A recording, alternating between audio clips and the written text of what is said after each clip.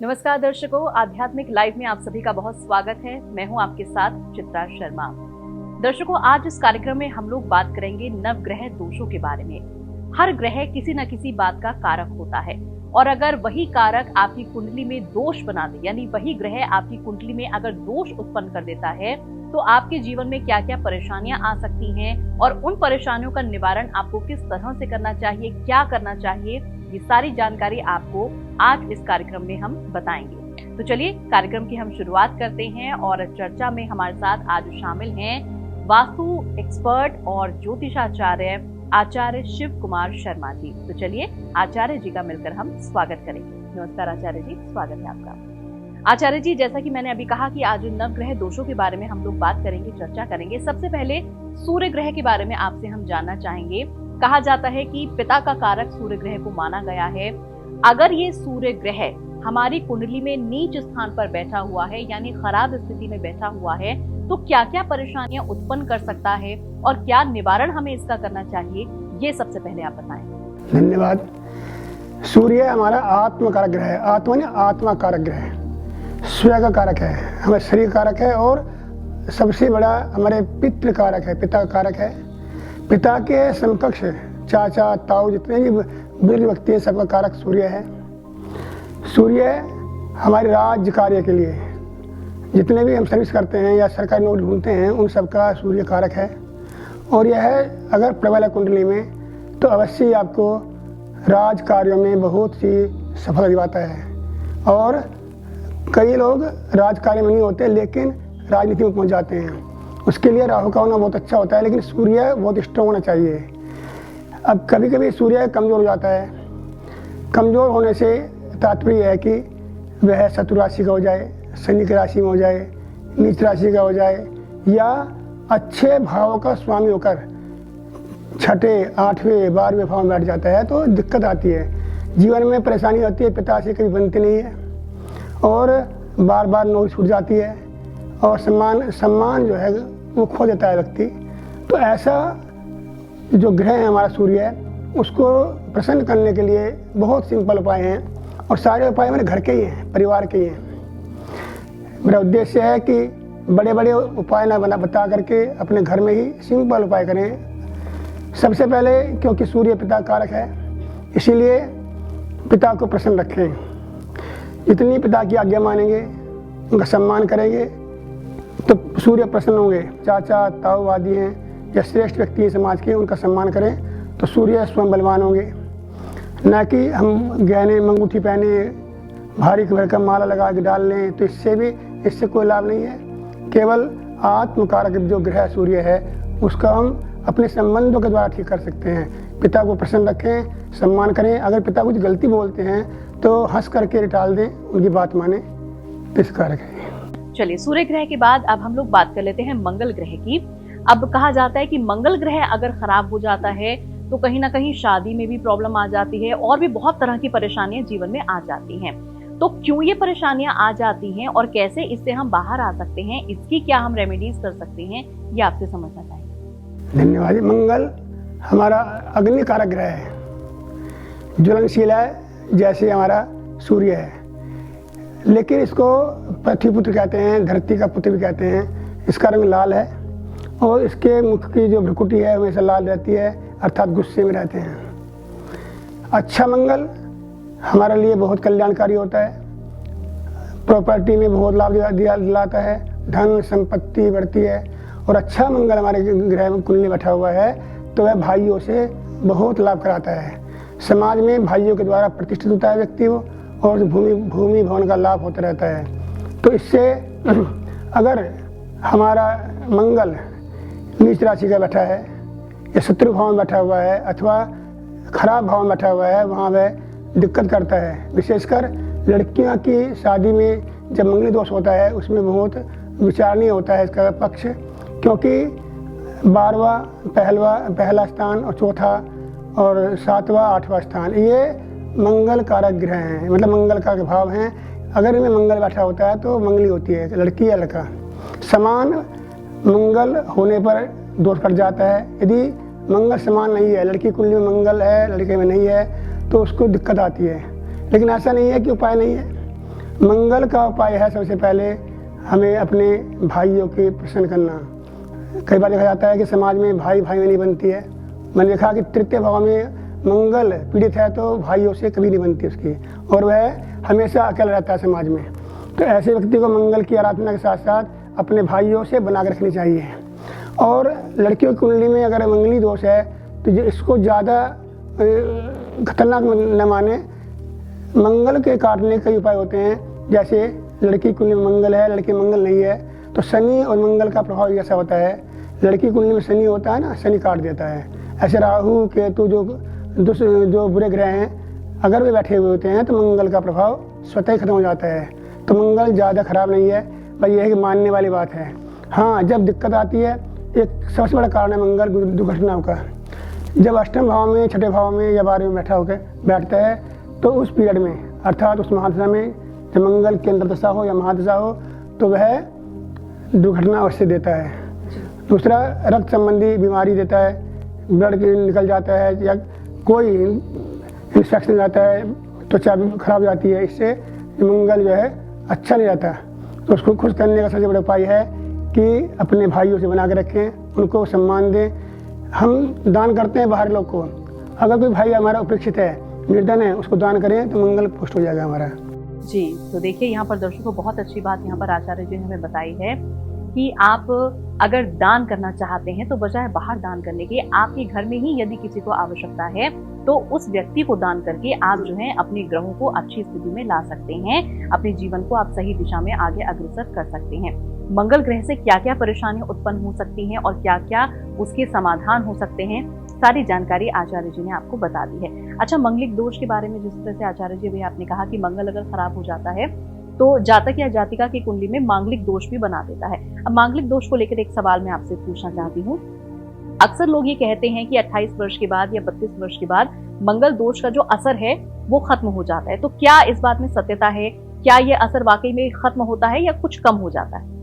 नहीं, मंगली दोष अगर है तो दोष कम नहीं होता, केवल लोकाचार है। लोगों के डर को कम करने के लिए बताती है कि 28 साल लड़की हो गई है, शादी तो करनी है, आपकी डेट बहुत हो गई, उम्र बहुत हो गई है, इसलिए इस भय को खत्म कर देना चाहिए। तो लोगों ने बताया, कोई शास्त्र लेख नहीं है कि 28 के बाद या 25-27 के बाद मंगली दोष खत्म हो जाता है, होता नहीं है। जी, इसीलिए मैंने आपसे पूछा क्योंकि बहुत सारे लोगों में ये सामंजस्य बन जाता है, कंफ्यूजन हो जाता है कि भाई ये मंगल दोष जो है क्या ये कभी कटेगा, नहीं कटेगा, आंशिक मंगल है तो ठीक हो जाएगा या पूर्ण मांगलिक है तो ठीक हो जाएगा। बहुत सारे लोगों में तरह तरह की भ्रांतियां फैली हुई। इसी बारे में एक बात और है, मंगली भी होता है कई प्रकार से कि हमेशा मंगल अगर पहले, चौथे, 7वें, 8वें, 12वें भाव में मंगली होता है, लेकिन जरूरी नहीं कि मंगल बैठा मंगली हो जाए। प्रथम दृष्टि मंगल है वो, लेकिन उस साल बृहस्पति बैठा हुआ हो, चंद्र बैठा हुआ हो, उस पर अच्छे भाव की दृष्टि हो, वृश्चिक राशि का हो, वृश्चिक राशि का हो, तो मंगली दोष में नहीं आता वो। लेकिन कुछ जो है समाज के कुछ पंडित ब्राह्मण विचारी जो है उसको डिक्लेयर करते हैं कि मंगली हो गया, तो दिक्कत आती है इससे, जबकि ऐसा नहीं है। बहुत सारी इसके अंदर अवधारणाएं हैं, उसको थोड़ी कन्फ्यूज कर रखा है लोगों को। मैं कहता हूँ कि अच्छे प्रकार से ज्योतिषी को दिखा करके तब शादी करनी चाहिए। कहीं मंगली दोष का मिलान इसलिए मंगली से होना चाहिए, शनि काट देता है मंगल दोष, राहु काट देता है, तो परस्पर मिलान के बाद मंगल के लिए मंगली आवश्यक नहीं है। ये जरूरी नहीं कि मंगली हो, शनि काट सकता है। चलिए, तो देखिए तरह तरह की जो भ्रांतियां मंगल दोष को लेकर, मांगलिक दोष को लेकर समाज में फैली हुई हैं, उन भ्रांतियों पर आप लोगों को ध्यान नहीं देना है। लेकिन हाँ, अगर शादी का विचार आप बना रहे हैं अपने बच्चे का, तो कुंडली मिलान बहुत अच्छी तरह से कराइए, कुंडली का आंकलन बहुत अच्छी तरह से कराइए और उसके बाद जो है विवाह संपन्न कराने की आप तैयारी करें। ज्यादा जानकारी अगर अपने बारे में आप प्राप्त करना चाहते हैं, आचार्य जी का परामर्श आप लेना चाहते हैं, उनका मार्गदर्शन अगर आप प्राप्त करना चाहते हैं, तो आपकी स्क्रीन पर जो नंबर्स हैं, डिटेल्स हैं, उन पर आप संपर्क साध सकते हैं। चलिए आगे बढ़ेंगे। बुध ग्रह के बारे में आचार्य जी अब आपसे हम जानना चाहेंगे, क्योंकि कहा जाता है कि वाणी का कारक होता है, बोलने का कारक होता है, बुद्धि का कारक होता है। तो अगर ये बुद्धि का कारक नाराज हो जाए, हमसे रुष्ट हो जाए, नीच ग्रह में स्थापित हो जाए, तो क्या क्या परेशानियां दे सकता है और इसका भी हम जो है आंतरिक रूप से समाधान क्या कर सकते हैं? बुध ग्रह, बुध व्यापार कारक ग्रह है।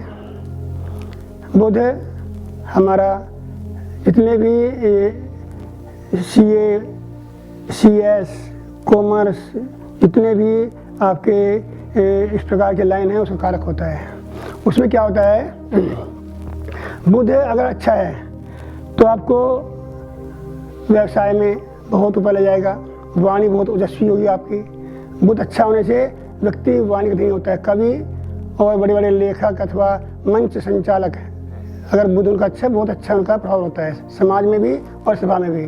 दूसरी बात, बुध कारक है त्वचा का, स्किन का। स्किन अगर बुध खराब है, बुध खराब होने से ये तो वाणी दोष होता है, उसकी वाणी में प्रभाव नहीं होता। दूसरी बात, उसको त्वचा की परेशानी रहती है, कोई ना कोई आपके फोड़ा फुंसी आदि स्किन प्रॉब्लम रहती है।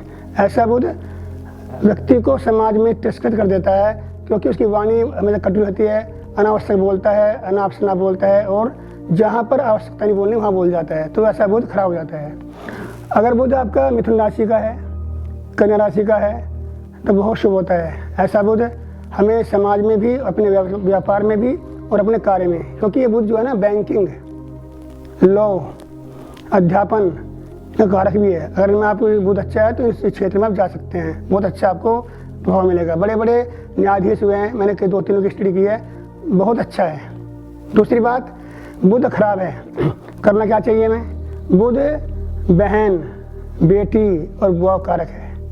अगर हमारे घर में हमारी बहन है या हमारी बुआ जी हैं, हमारी बेटियां हैं, वो हमसे खुश नहीं हैं, नाराज रहती हैं, तो बुध आपका खराब रहेगा हमेशा। उनको आप प्रसन्न करिए, उपहार दीजिए, और उनको प्रसन्न करके उनको जब भी आएँ अपने ससुराल से, तो आप उनको हमेशा प्रसन्नता से बात करें, उनका सम्मान करने से आपका बुध अच्छा हो जाएगा। दूसरा बुध का उपाय होता है गाय को चारा खिलाना, सबसे अच्छा उपाय है। और कोई उपाय नहीं करना है, गाय को चारा खिलाइए, बुधवार को रोज खिलाइए, और अपनी बहनों को, बेटियों को सम्मान दीजिए। चलिए, तो बुध ग्रह को अगर आप मजबूत करना चाहते हैं, ये आपकी जन्म पत्रिका में अगर खराब स्थिति में बैठा हुआ है, इसको अगर आप ठीक करना चाहते हैं, तो ये कुछ समाधान है जो आचार्य जी ने आपको समझा दिए हैं, बता दिए हैं। बस इनका पालन आप कर लीजिएगा, बुध ग्रह आपका बहुत अच्छा हो जाएगा, जो जीवन में आपको हमेशा सकारात्मकता प्रदान करेगा। आगे बढ़ेंगे, बृहस्पति ग्रह के बारे में अब हम जानना चाहेंगे आचार्य जी आपसे कि ये किस चीज का कारक होता है, और अगर खराब स्थिति में बैठ जाए या दुष्प्रभाव देने पर आ जाए, तो क्या क्या दुष्प्रभाव ये हमारे जीवन पर डाल सकता है? ग्रह कोई भी हो, अगर अच्छे भाव में होता है तो अच्छा फल देता है, और बुरे भाव में होता है बुरा फल देता है। बृहस्पति ज्ञान का कारक है, ज्ञान को बढ़ाता है, नई नई आपकी रिसर्च भी कराता है। दूसरा, ज्ञान वृद्धि, गुरुओं का सम्मान कराता है। अगर बृहस्पति खराब है तो आपके लिए समझो कि आपका गुरु खराब है, और आप गुरु को आप बना नहीं सकते, जीवन में भटकते रहते हैं। मैं नहीं कहता गुरु बनाइए, लेकिन गुरु के संबंधित हमारे कई उपाय हैं, उसे करिएगा। सबसे पहले, गुरु है ज्ञान का कारक। अगर हमारा गुरु अच्छा है, बहुत अच्छा गुरु है, धनु राशि में है, कर्क राशि में है, मीन राशि में गुरु बैठा हुआ है, अच्छे भाव बैठा हुआ है, तो हमें ये चरम उत्कर्ष पर ले जाता है। जितने भी IITians होते हैं, यानी जो IIT करते हैं या बिटिया करके बड़ी अच्छी पद जाते हैं, वो गुरु से प्रभावित रहते हैं। उनका गुरु और बुध का संबंध अच्छा होता है। ज्योतिषाचार्य भी जो बनते हैं, उसमें बुध और गुरु का बहुत अच्छा रोल होता है। दूसरी बात, जितना भी ज्ञानात्मक पक्ष है, बौद्धिक पक्ष है, जैसे मैं बताया था पहले भी आपको कि मीडिया, पत्रकार, आपके वकील, जज, और जो आपके बैंकिंग कर्मी, ये सब ये बुध और बृहस्पति अच्छे होने से बहुत आगे पहुंच सकते हैं।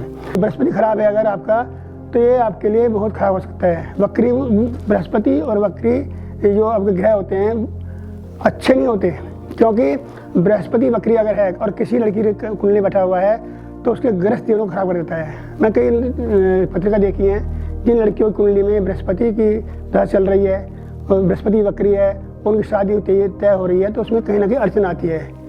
अड़चन कैसी आती है? या तो शादी बहुत देर से होती है, या शादियों को टूट जाती है, अथवा बाद में संबंध अच्छे नहीं रह पाते। तो बृहस्पति इसका कारक है, तो इसलिए बृहस्पति को समझना बहुत जरूरी है। बृहस्पति के उपाय के लिए हमेशा हमें गुरुओं का सम्मान करें। गुरु मतलब ये नहीं कि आप गुरु को बनाइए, उसके गुरुडम में जाइए प्रॉपर, जैसे पहले कि बड़े बड़े गुरु चले गए जो जेल में अब तक उनकी बात नहीं कर रहा हूँ, लेकिन गुरु का ऐसा नहीं है। अपने किसी भी देवता इष्ट को गुरु मान लीजिए। सबसे बड़े इष्ट भगवान शिव हैं, बृहस्पति भगवान है, विष्णु भगवान है, गुरु हैं। और जो पंचम भाव होता है हमारा, वो गुरु का भाव होता है, इष्ट का भाव होता है, उसको आप ठीक कर लीजिए, गुरु अपने आप ठीक हो जाएंगे। और जिन कन्या की कुंडली में गुरु खराब हैं उनको बृहस्पतिवार का व्रत रखें और किसी बड़े बुजुर्ग को सेवा करें, उनको सम्मान करें, उनको दान आदि करके प्रसन्न रखें। चलिए, तो गुरु ग्रह को आप कैसे ठीक कर सकते हैं ये आपको बता दिया गया है। आचार्य जी ने बहुत अच्छे से हम सभी को समझा दिया है कि अगर आप गुरुओं का सम्मान करते हैं, गुरुओं का आदर करते हैं, तो बृहस्पति ग्रह जो आपका है वो अच्छा हो जाता है, जो कि आपको आगे जाकर जीवन में अच्छे फल देता है, सकारात्मक फल देता है। अब आगे बढ़ेंगे, शुक्र ग्रह के बारे में आपसे आचार्य जी जानना चाहेंगे।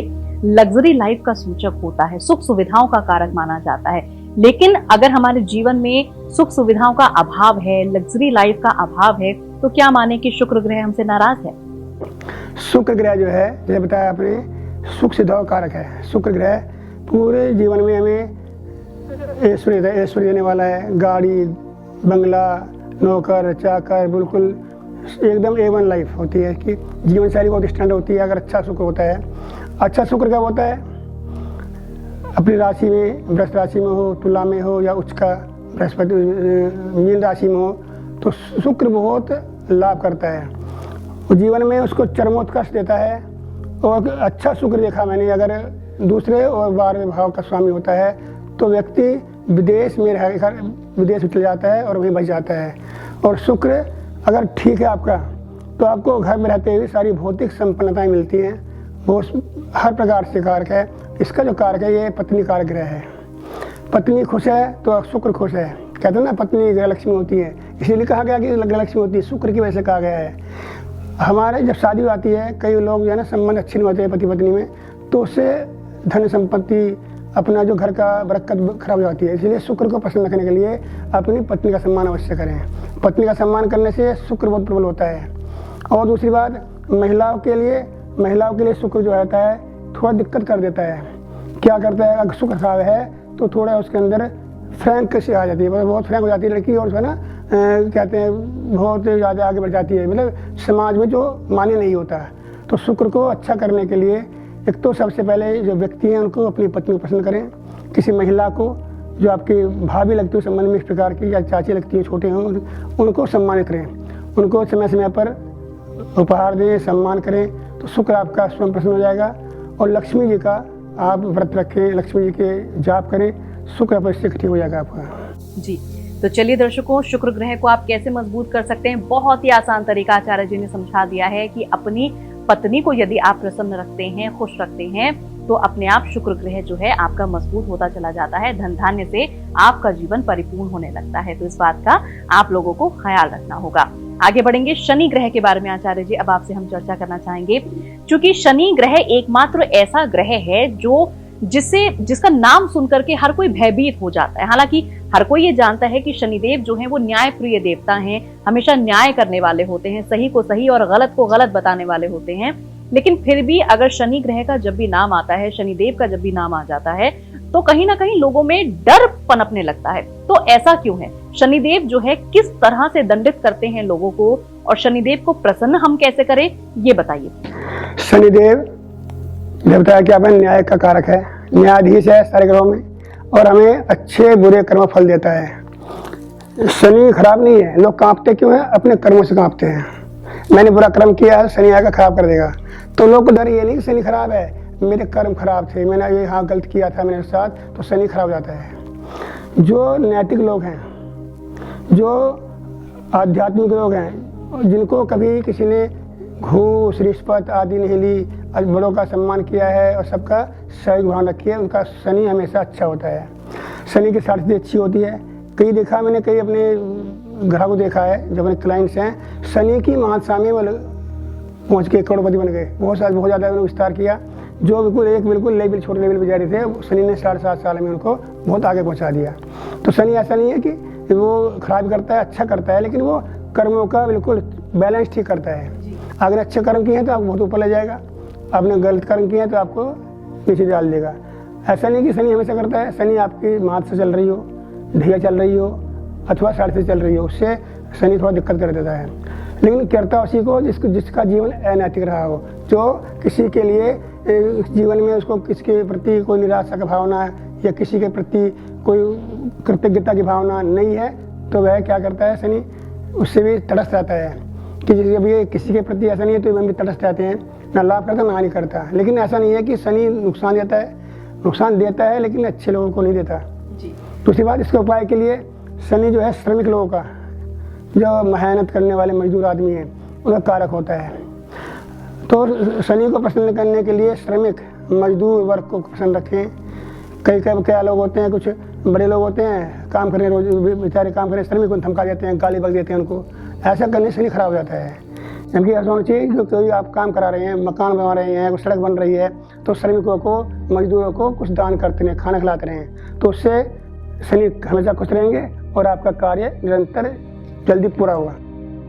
तो देखिए दर्शकों, यहाँ पर एक बात तो बिल्कुल साफ है कि शनिदेव से आप लोगों को भयभीत नहीं होना है। भयभीत होना है सिर्फ उन लोगों को जो खराब कर्मों का सहारा लेते हैं, जानते बूझते खराब कर्म करते हैं, लोगों का अपमान करते हैं, लोगों के साथ अभद्रता करते हैं। यदि आप ऐसा करते हैं तो जरूर आपको शनिदेव से डरना चाहिए। लेकिन अगर आप सात्विक तरीके से अपने जीवन को यापन करते हैं, बिल्कुल सतमार्ग पर चलकर अपने जीवन को यापन करते हैं, दूसरों को आप सहयोग करते हैं, श्रमिकों को आप सहयोग करते हैं, तो निश्चित रूप से शनिदेव आप पर प्रसन्न रहते हैं, अपनी अनुकंपा आप पर बनाए रखते हैं। आखिर में आचार्य जी हम बात करेंगे चंद्र ग्रह के बारे में। माँ का कारक कहा जाता है, माता का सूचक माना जाता है चंद्र ग्रह को। और ये भी हमने सुना है कि अगर नीच स्थिति में हो जाए तो कहीं ना कहीं जीवन में जो है डिप्रेशन पैदा कर देता है, बहुत ज्यादा खलबली पैदा कर देता है। तो क्या कुछ और करता है चंद्र ग्रह, और इसको सुधारने के लिए हम क्या करें? चंद्रमा एक तो माता कारक है, एक मन कारक है। मन, तो मन अगर खराब है तो कुछ भी जीवन में अच्छा नहीं है। तो मन अच्छा है तो चंद्रमा अच्छा है। चंद्रमा अच्छा होने से माता का सुख मिलता है, माता दीर्घायु होती है और उसका मन हमेशा उत्साह से सकारात्मक रहता है। और अगर चंद्रमा अच्छा है आपका, समय पर आपको मकान बनवा देता है। यानी ये इतने भी सुख हैं आपके, मकान, गाड़ी आदि जो है, ये कारक जो है चंद्रमा और मंगल का है। चंद्र अच्छा है, मंगल अच्छा है, तो आप जल्दी ही बहुत अच्छे भवन में पहुंच जाते हैं। तो चंद्रमा का अच्छा होना बहुत बढ़िया है जीवन में। और जीवन में आपको वाणी देता है, आपको ओज देता है और माता के प्रति आपका विश्वास बढ़ाता है। माता की कृपा हमेशा रहती है आपके पास। और अगर हाँ चंद्रमा कमज़ोर है, चंद्रमा कमज़ोर कब होता है? वृश्चिक राशि का चंद्रमा, अष्टम भाव में चंद्रमा, छठे भाव में चंद्रमा होता है, तो ये नुकसान करता है।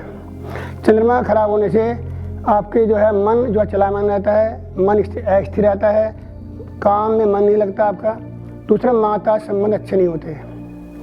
माता और आपके अंदर 36 का आंकड़ा होता है, जिससे आपका कार्य हमेशा बिगड़ता है। मकान बनाने में अथवा जितने भी प्रॉपर्टी आदि में आपको हमेशा बाधा ही आती है। चंद्रमा को अगर आपका प्रसन्न करना है, खराब चंद्रमा है, तो माता को प्रसन्न कीजिए। माता को सबसे पहले सम्मान दीजिए, उनका नियमित उपहार दीजिए, उनको प्रणाम, पैर छूइए। सबसे बड़ी बात चंद्रमा का है। और चंद्रमा दूसरी बात है पूर्णिमा। पूर्णिमा के दिन चंद्रमा के दर्शन करिए, वो सबसे बड़ा उपाय है। उनको दर्शन करने से हमारी जो है जो अहम भाव खत्म हो जाता है। चंद्रमा जल कारक है। चंद्रमा क्या करता है, कभी कभी ऐसा होता है छोटे बच्चे होते हैं जल में डूब के मर जाते हैं। छठे भाव में चंद्रमा जिसका होगा उसको जल का डर रहेगा, चाहे वो नदी में नहाए, गंगा में नहाए या घर में ही कहीं जल के अंदर दिक्कत आ जाए, तो उसको सावधानी नहीं होता है। चंद्रमा को प्रसन्न करने के लिए बस माता को प्रसन्न करें और अपने चंद्रमा के कुछ आप दान करते रहें। सफ़ेद वस्तु दान करें किसी महिला, गरीब महिला को जी। चावल है, चीनी है, आटा, दूध, इस प्रकार दान करते हैं तो चंद्रमा अच्छा हो जाएगा आपका। चलिए दर्शकों, तो चंद्रमा किस प्रकार से आपका अच्छा होगा ये भी आचार्य जी ने आप सभी को समझा दिया है। माता का यदि आप सम्मान करते हैं, उनको अगर आप प्रसन्न रखते हैं, तो चंद्रमा ग्रह जो है अच्छी स्थिति में बना रहता है। और साथ ही साथ सफेद वस्तुओं का दान भी आप सभी को करना चाहिए। अच्छा आचार्य जी, ये तो मूलतः 7 ग्रह की बात हो गई। अब जो 2 ग्रह जिनको छाया ग्रह कहा गया है, राहु और केतु, और लोग राहु केतु के नाम से भी घबरा जाते हैं कि भाई राहु जो है बहुत ज्यादा एक्सीडेंट्स कर देता है, चोट वोट बहुत ज्यादा लग जाती है अगर राहु खराब है तो। केतु खराब है तो बीमारियां जो है वास कर जाती हैं घर में, परिवार में, जीवन में। तो इन छाया ग्रह का, चूंकि छाया ग्रह है, पूरा इनका असर नहीं है, लेकिन फिर भी बहुत ज्यादा प्रभाव ये हमारे जीवन पर डाल देते हैं। तो ये अगर खराब स्थिति में बैठ जाए तो और क्या क्या परेशानियां पैदा कर देते हैं, और राहु केतु को अगर हमें ठीक करना है तो क्या उपाय अपनाएं? राहु जो है कारक हमारा पॉलिटिक्स का है, राजनीति का है। राजनीति में राहु किसी भी नेता को, किसी व्यक्ति को उच्च पद में ले जाता है। राजनेता, मंत्री, MP, MLA बना देता है। कई जितने भी मैं देखा कि राजनेता हैं अधिकतर कुंडलियों में 70 से लेकर के 80% कुंडलियों में राहु बहुत अच्छा है उनका, और दशम भाव में अगर उसका प्रभाव है तो और अच्छा जाता है। राहु अगर खराब है तो व्यक्ति को जीवन में अड़चनें बहुत आती हैं, भाग दौड़ बहुत करता है व्यक्ति, पर्याप्त उसको धन नहीं मिलता। दूसरा उसके जिसके कुंडली में राहु चल रहा है और राहु खराब है उसको नींद नहीं आती है, दिन में सोता है रात में जागता है, और विवेकहीनता हो जाती है, दोस्ती करना, घूमना, उल्टे सीधे कार्य करना, मांस मजाक का प्रयोग करना, ये सब राहु की नेगेटिविटी देने वाले प्रभाव हैं। लेकिन क्या करता है राहु, उकसाता है।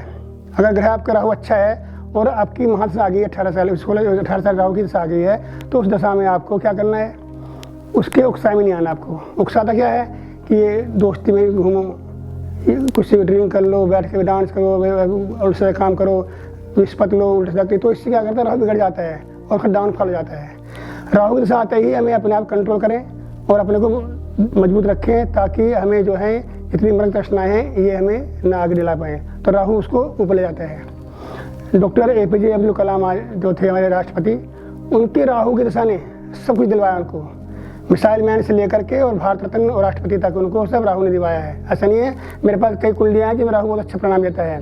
कब देता है, जब व्यक्ति सदाचारी हो, अच्छा और शनि की तरह होता है ना व्यक्ति, तो शनि में अगर व्यक्ति ठीक ठाक है, अच्छा उसका आचरण है, तो शनि और राहु उसको बहुत अच्छे फल देते हैं। केतु क्या करता है, केतु भी असाध्य रोग देता है कभी कभी, जब वो 6ठे भाव में हो और 8वें 12वें भाव में हो। लेकिन इसकी एक विशेषता है, जिसके ग्रह के साथ बैठता है उसी का प्रभाव देने लगता है। बृहस्पति के साथ बैठा हुआ तो आपकी आध्यात्मिक शक्ति अच्छी होती है।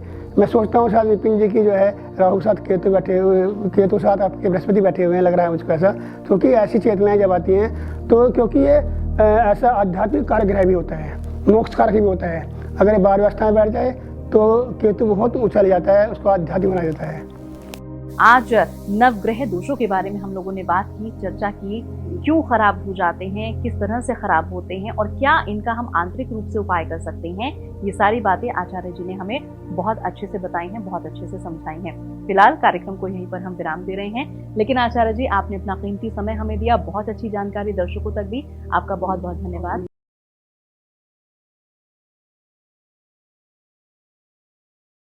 अगर आपने हमारे चैनल को सब्सक्राइब नहीं किया है तो अभी सब्सक्राइब करें और बेल आइकन को दबाना ना भूलें।